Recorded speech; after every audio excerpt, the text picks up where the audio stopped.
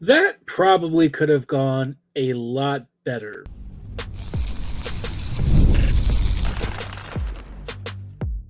You're Locked On the Hockey Jets, your daily podcast on the Winnipeg Jets, part of the Locked On Podcast Network, your team every day.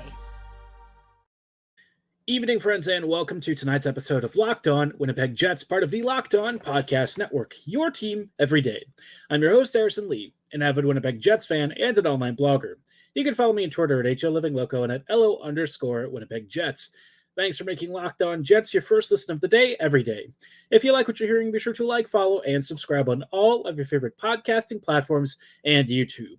Of course, if you enjoy what you're hearing, be sure to like, follow, and subscribe. And of course, it just ensures that you never miss another episode. But more than anything, we just love and appreciate your support. Tonight's episode, we're going to try and unpack what was a very bad Game 2 for the Jets. Winnipeg has now lost home ice advantage in what was a fairly one-sided affair for half the game. Unfortunately, despite some really critical turning points and moments where you thought the Jets were going to pull through, Winnipeg had a second period collapse to forget and never really recovered. So, yeah, not going to be a fun one, but it is what it is. I think we all knew that the series was probably going to be closer than the regular season. All that said, I think it's probably a little disconcerting that in both games, the Jets have kind of been outplayed, and it seems like Jared Bednar might have Bones' number right now. But, well, we'll see how long that lasts. We'll get into all of that and what went wrong in this game in just a little bit. Before we go any further, though, I do want to shout out our friends and partners at FanDuel.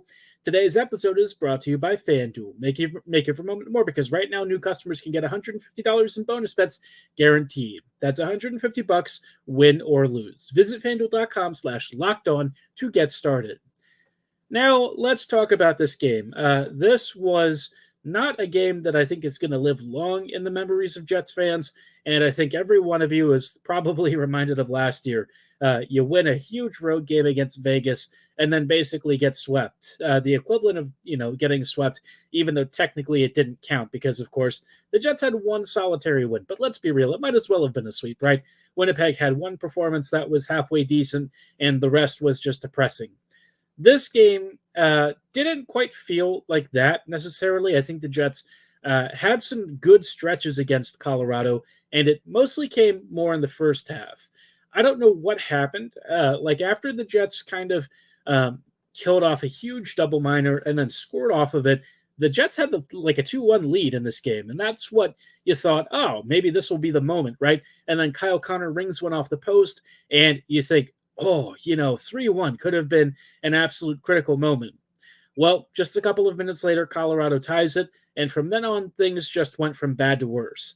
One of the dumb things in this game that I'm just kind of baffled by is why the Jets let off the gas so much and basically gave Colorado time and space. These are the two things that you simply cannot give the Avs: time and space. And then, you compound that with all of these bad passes and mistakes the Jets had, and it just creates a recipe for disaster. I really feel like Winnipeg not only got outplayed, but also sort of just got outfoxed in so many categories. And it's weird because, if you look at the regular season, the Jets generally had the run of form even in their, closer wins. But in these games, the Jets have been second best, and they were even worse today in a game where it just felt like they weren't really competitive for long stretches. And it's a shame because they actually were pretty good for the first couple of shifts and stuff and had some really good starts, but then they just completely fizzled out. They stopped applying pressure. They gave Colorado way too many opportunities, and Hellebuck, who needed to be better, just was a little bit average, right? I think a couple of the goals he probably won't love. Not everything was on him, but I think, goal number 3, he came out of his net, made a really bad misplay, and it turned into a Zach Parise goal in the year 2024. And then, of course, Josh Manson has a breakaway coming out of the penalty box. You'd like that to have been saved. Wouldn't have made a difference, most likely, but, at the end of the day, it just felt like at that point, Winnipeg's spirit was broken, and the team just struggled to do much of anything. I thought, out of the entire team, there were maybe 3 or 4 players who actually had good nights. Lowry was good. Nemesnikov was pretty fun. Gustafsson was good. Morrissey was good. And that's kind of where the accolades end. And I know you'll say, well, Scheifele had a great goal, and he most certainly did. Unfortunately, it just wasn't that great of a performance from anyone else, right? We're talking a team that basically, if you look at the stats charts for this game, got massacred. Winnipeg played a horrendous game. They got dumped on, and they kind of got the just reward for their lack of performance. And I look at Bones for this one, right? I think Rick tried to hard match against the McKinnon line, and Mac's line just tore through his matchups fairly easily. And unfortunately, rather than distributing the ice time and making sure that you could take advantage of some of the depth lines and matchups that you could exploit there, Winnipeg just never really found a cadence or rhythm that actually looked like there was a consistent plan. It was so focused on trying to shut McKinnon down, and you just can't, right? I think, the Lowry line did its best, but it really struggled to slow it down.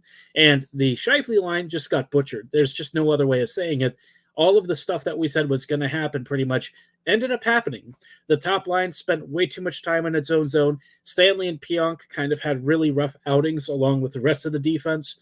Other than Morrissey was the only good blue liner out there. But I think it spotlights why you really can't have more than one or two guys who are struggling, especially if they're not really able to move the puck. The Jets' blue line, I think, was made to look very slow. They had some opportunities where it probably could have been even worse, if we're being honest, had Hellebuck not made some big saves early. So, yeah, a frustrating game all around. And I think you'll look at that first period where the Jets had like 3 3-on-1s, and they got 0 goals out of it. That's just not good enough. For as many odd man rushes as you have, to not even get more than like 2 shots off is just really poor. And it's wasteful. I know that the Jets are trying to pass off and, make that perfect play, but sometimes if your opponent is selling out for it, then just take the shot. You have talent, you have the ability to pull it off, and like half the time the trailing skater was Sandberg anyway, so what good is that really going to do? I love Dylan, but let's be real. His main job is not to be your primary shooter. So just a frustrating game. There were so many passes into opposing skates.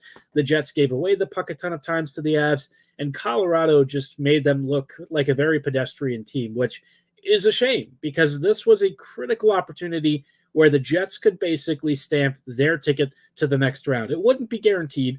100% things could turn around. But if you have a 2-0 lead in the series, like 85% of teams or something who have that advance on to the next round. So this, going back to Colorado tied, is very bad news for the Jets because if we're being honest, based on how these first couple of games have gone, there's a really good chance that the Jets are not going to win either of these games. Now, I'm not going to say that it's guaranteed. The Jets could absolutely 100% turn it around in game number 3. But before we actually see that, I think the Jets need to make a couple of critical changes, and it's going to be personnel related too. Tactically, they did slow this game down, but it didn't actually end up working out the way that I think they anticipated it, doing so. It's partly because the Jets personnel are just in a tough spot. The arrangements for the lines are still not quite there, and some of the strong performances from like the top line that we saw in the previous game did not carry over at all. So a lot to unpack there. We'll talk about what I would like to see the Jets change and what I think they actually will change, which is, generally speaking, nothing. We'll get to that in just a moment. But before we go any further, I did want to shout out our friends and partners at eBay Motors. Passion, drive, and patience. The formula for winning championships is also what keeps your vehicle alive. eBay Motors has everything you need to maintain your vehicle and level it up to peak performance. Superchargers, roofed racks, exhaust kits, LED headlights, and more. Whether you're into speed, power, or style, eBay Motors has your back. With over 122 million parts for your number one ride or die, you'll always find exactly what you're looking for. And with eBay's Guaranteed Fit, your part is guaranteed to fit your ride every time or your money back. With eBay Motors, you're burning rubber, not cash. With all the parts you need at the prices you want, it's easy to make your car the MVP and bring home the victory. Keep your ride or die alive at ebaymotors.com. Eligible items only. Exclusions apply. eBay Guaranteed Fit is only available to U.S. customers. While we're at it, I would also love to shout out our friends and partners at FanDuel. It's playoff time in the NBA and NHL, and of course, baseball season is now in full swing, so If there's one place that you want to get your sports betting in, FanDuel has to be it. They have all of your favorite sports and more, including F1, IndyCar. They've even got, I'm sure, some wrestling stuff. Whatever sport you follow, whatever your fandom lies, whether it's with the Winnipeg Jets or perhaps maybe some North American teams elsewhere, like maybe you're an LA Rams fan and you want to bet on some NFL futures. Great place to do it. Of course, for all of us, I think we're just betting on the Jets, hopefully not having a stinker of a third game. If you think Winnipeg is going to turn it around and get a big series victory, put your money where your mouth is, because right now, new customers can get $150 in bonus bets guaranteed. That's $150, win or lose. Bet on everything from slap shots to home runs to slam dunks, all on an app that's safe, secure, and easy to use. What are you waiting for? Visit FanDuel.com/lockedon and make your first bet an automatic win. FanDuel, America's #1 sportsbook. Hello, friends, and welcome back to this episode of Locked On Winnipeg Jets, part of the Locked On Podcast Network, your team every day. Everydayers, thank you so much for joining us on tonight's episode as we are trying to sift through the wreckage of a Game 2 that was, quite frankly, a huge letdown. Not surprising, if I'm being honest. I think we all knew that Colorado was a team that's been there before. They've talked the talk and they've walked the walk. They're Stanley Cup winners 2 years ago, which means that this is a team that you just can't give time and space to. They've been here before. They know the same song and dance. They're an experienced veteran team with an influx of recent acquisitions that has only made them deeper and more skilled. So, for the Jets to let off the steam and gas just a little bit, it was enough to kind of kill them in this game. But I think there's been some larger narratives that we need to talk about, especially when it comes to making some adjustments. Before we dive into that, I just wanted to shout out something really cool from the Locked On Network. The Locked On NFL Mock Draft is now available. Find the ultimate 6-episode series on Locked On NFL Draft to hear who our local experts are picking for every NFL franchise, with live reactions from local college experts and, of course, the fantasy football angle. The Locked On NFL Mock Draft is available now on the Locked On NFL Draft on YouTube or wherever you get your favorite podcasts. Now, like I said, for the Jets going into Game 3, some stuff is going to have to change. I think Winnipeg had the right idea to try and slow the Avs down like they did in the regular season, but there were some moments where I think, tactically speaking, the Jets tried so hard to hard match McKinnon's line that it actually came at the cost of everyone else. The second line, I think, had one of the biggest frustrations of the game where they just could not get anything going. Ehlers was bad. Monahan and Toffoli were invisible. They just didn't seem like they were able to generate much of anything. And any opportunities they did try to create ended up in somebody's skates. So very frustrating evening for them. I want to talk a little bit more about them later in the episode because I think there's some stuff that the Jets can do to kind of get them going again. But the simple thing that I would love to see the Jets do right off the bat is stop scratching Peretti. I know Peretti is a smaller guy, although I think he's not quite as small as people imagine him to be. People will look at him and say that he's not a physical player, even though he takes tons of hits. People will say, well, surely he's going to get injured and all this stuff. And maybe that's true, but you actually have to let him play to even get to that point, right? You can't keep treating him with kid gloves, and he's not some scrub that's got like 10 or 15 points. We're talking about a nearly 40-point player this season who basically played like fourth and third line minutes at most, like third line minutes if we're being very generous. How many players out there do you think play for teams in the playoffs right now that are scratched after they've scored almost 20 goals on the season? There can't be more than like one, and that right now is Cole Peretti, right? Peretti is riding pine somehow, and look, I think guys like Gustafsson and Iafallo and Appleton and Barron, they're all phenomenal players in their own right, but I think the reality is the Jets don't have a margin of error to sacrifice and give up goals. They have to match Colorado's skill and depth and really try and overwhelm, the Avs bottom six with as much skill in their own lineup as they can, because this team is not a squad that's led by game-breaking talent. The Jets are more of a sum is more than the parts kind of team, right? If you look at how the Jets approach their best games, they roll pressure. They create waves of line changes and pressure that just force opponents deeper and deeper into their own zone. And the Jets were not able to do that against Colorado because they spent so much time in their own defensive zone. The top line got shelled. The second line was a complete non-factor. The third line, I think, basically ran out of gas. And the fourth line was pretty decent, but didn't really get all that many opportunities to make the most of it. So you just found yourself in a really tough spot. Peretti, I think, is legitimately needed for a series like this where his smarts and his understanding of space and time is going to be really helpful for forcing turnovers, picking off passes, and helping to spring breakouts the other way. And he's actually not that slow either. I think Toffoli and Monahan are definitely on the slowest side for this team. Peretti actually has pretty decent mobility, and I think he's proven beyond a shadow of a doubt that he can keep up at this level. In terms of the physical side of the game, he's not really afraid to go in the corners, and I think this myth that he's not a guy who can play playoff hockey really should go away. First of all, we haven't even seen him play in the NHL playoffs, so I can't imagine why or how anyone could say he's not a playoff player when he hasn't even been given the chance to be yet. You should just kind of reserve your judgment until he actually gets the chance to show what he can do. To end the regular season, he had some killer games. He had like 5 or so points in 4 games or something, or maybe it was 4 points in 5 games. I don't remember 100%, but like, I just, for the life of me, I struggle to understand why, he hasn't been able to win over Rick, because it seems like when I'm looking for cerebral players who make the right moves and the right reads and force the right defensive plays in critical moments, Peretti has kind of been there. And he also helps balance out some of Winnipeg's top 6 issues, especially when they try to load all the scoring talent on, the first line, but kind of forget that the defensive side of things actually matters. The Jets definitely could do with Cole's presence. And, it's not like some, other rookie prospect like Brad Lambert or something where arguably he really doesn't get in the lineup. Cole very clearly should be in this team. And if he's on the fourth line, so what? It makes your fourth line really good and arguably a line that you could use for closer to third line minutes, which who could possibly complain about that? I think the mental gymnastics around all of this stuff just drives me crazy, because it feels like, every other fan base looks at Cole Peretti and the Jets and wonders how on earth he's sitting for us, right? And they'll say, well, is it because your team is too deep?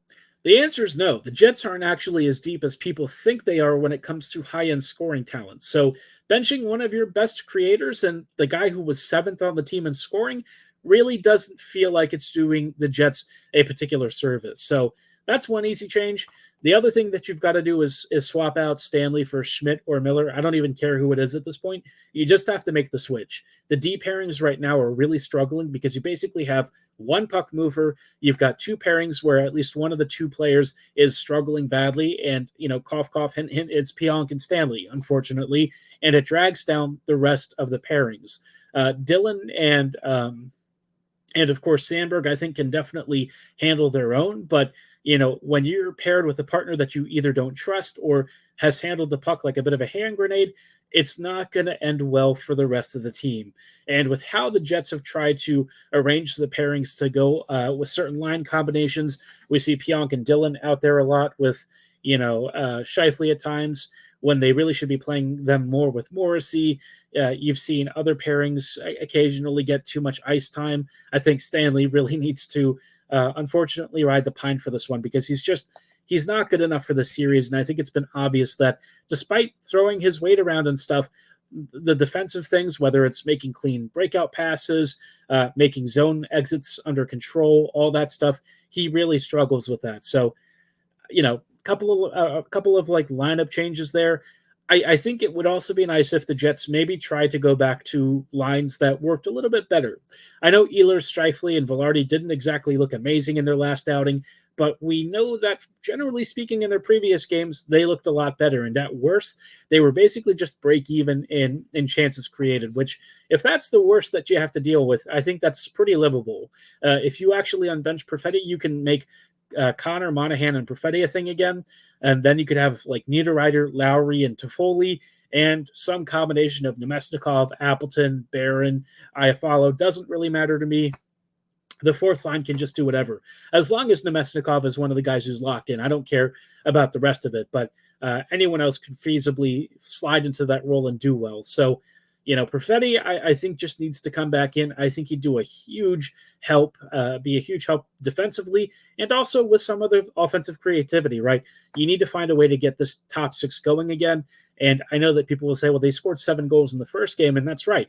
Georgiev was bad in the first game. He wasn't in the second, and that's going to be a problem if he's back to being decent again at home ice in Denver. So, yeah, fun stuff to consider, but I did say earlier that I wanted to talk specifically about the second line because that is one of the supposed secret weapons for the Jets, and it's been anything but in the series to date. So we'll talk about that in just a moment, but before we go any further, I did want to shout out our friends and partners at Sleeper. We're almost, through the first round of the NHL playoffs, and of course, the Jets are a little bit on uneven ground. I think we could all say that the Jets could be playing better, and certainly getting faced with the Avs in your first round is not exactly a fun time. But regardless of where the Jets are in the standings, I want to remind you that you could win big by playing daily fantasy hockey on Sleeper, the official daily fantasy app of the Locked On NHL Network. Sleeper is our number one choice, especially for daily fantasy sports and fantasy hockey, because with Sleeper, you can win 100 times your cash in daily fantasy hockey contests. For those of you who are stats nerds and love following players like McKinnon, McDavid, Ovechkin, Vasilevsky, Hellebuck, you name it, they've got stats tracked for every one of those players, and they've also got projections for how they'll do in a given game. If you can beat Sleeper's projections, whether it's more or less for a given game, and get 8 of those predictions correct for one single game, you could win 100 times your cash. That's right, you heard me, 8 correct predictions for a game. You can win 100 times your bet on Sleeper. So start paying attention and nail your picks so you can start winning big. Use promo code LOCKEDON NHL and you'll get up to a $100 match on your first deposit. Terms and conditions apply. That's code LOCKEDONNHL. See Sleeper's terms of use for details and locational availability. While we're at it, I would also love to shout out our friends and partners at Indeed. When it comes to drafting your fantasy team, do you ever wish you could handpick the best stars for your business team too? If you're building your talented roster, you need to find Indeed. Indeed is the hiring platform where you can attract, interview, and hire all in one place. Don't spend hours on multiple job sites looking for candidates who don't even match your candidate profile. You can find top talent fast with Indeed's suite of powerful hiring tools, including matching, assessments, and virtual interviews. As somebody myself who has used Indeed when I was looking for work, I can personally attest to how detailed and how comprehensive it was, and also how convenient it was. It gave you all of the information that you needed to add your resume and to align your skill sets and key focus areas with jobs that actually meet not only your salary requirements, but your skill sets. And for employers, what could possibly be better? A suite of tools that gives you everything you need to find excellent candidates fast. Indeed knows that when you're growing your own business, you're going to have to make every single dollar count. And that's why with Indeed, you only pay for quality applications that match your must-have job requirements. To get started, visit Indeed.com/lockedon to start hiring now. Just go to Indeed.com/lockedon. Indeed.com/lockedon. Terms and conditions apply.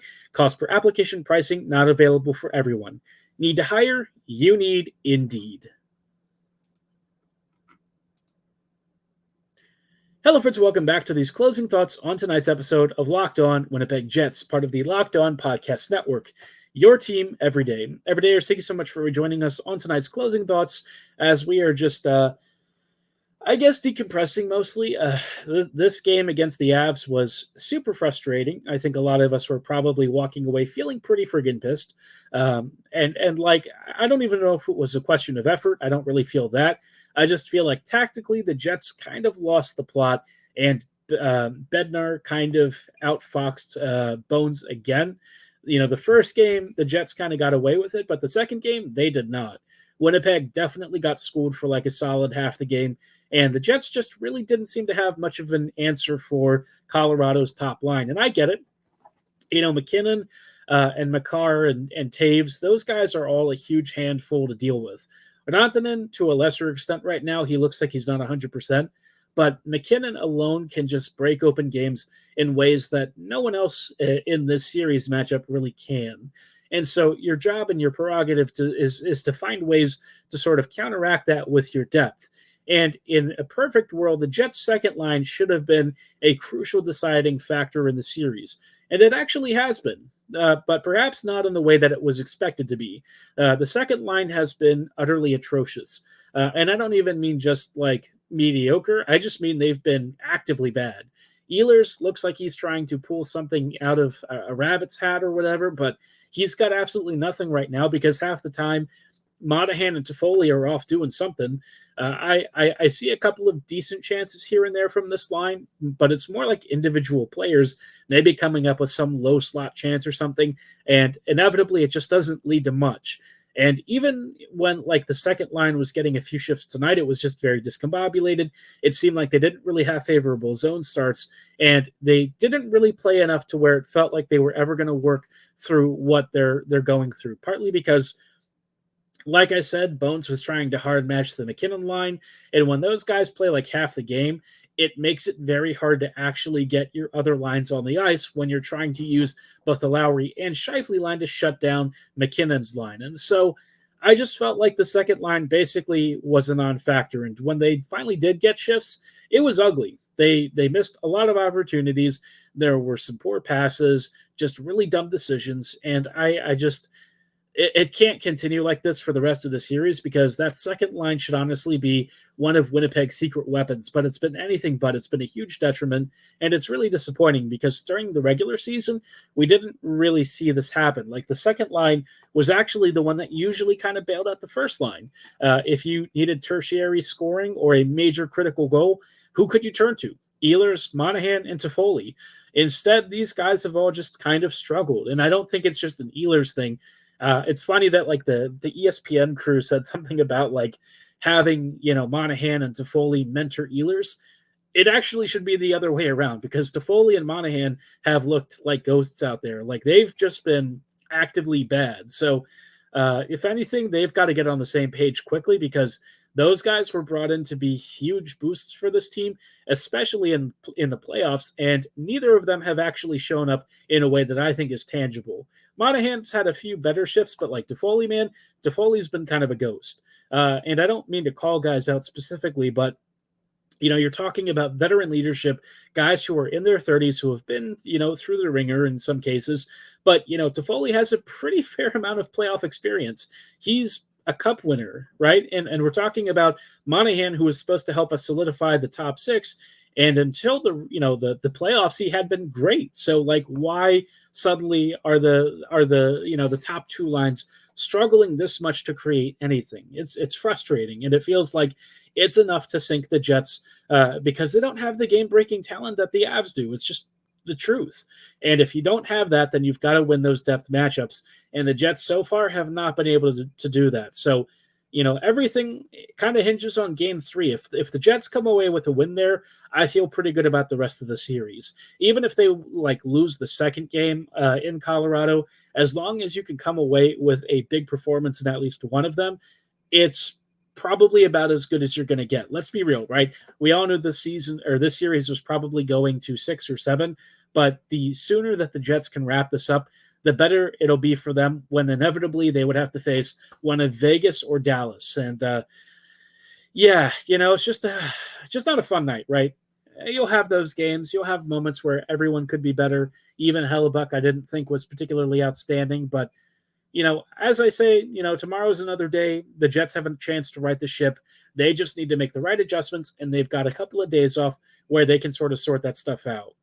Let me know what you thought of this game and what impressed you the most or what irritated you the most. Drop your thoughts in the comments below or at my social medias at HLivingLoco and at LO_Winnipeg Jets. For tonight's episode, though, that's going to be all the time that we have. Thanks so much for making Locked On Jets your first listen of the day every day. We'll be here back tomorrow with some playoff updates and maybe some previews ahead of Game 3. But like I said, for tonight's episode, that's all the time that we have. Thanks so much for making Locked On Jets your first listen of the day every day. We'll see you back here tomorrow, so don't go anywhere. Have a great night. And as always, go Jets go.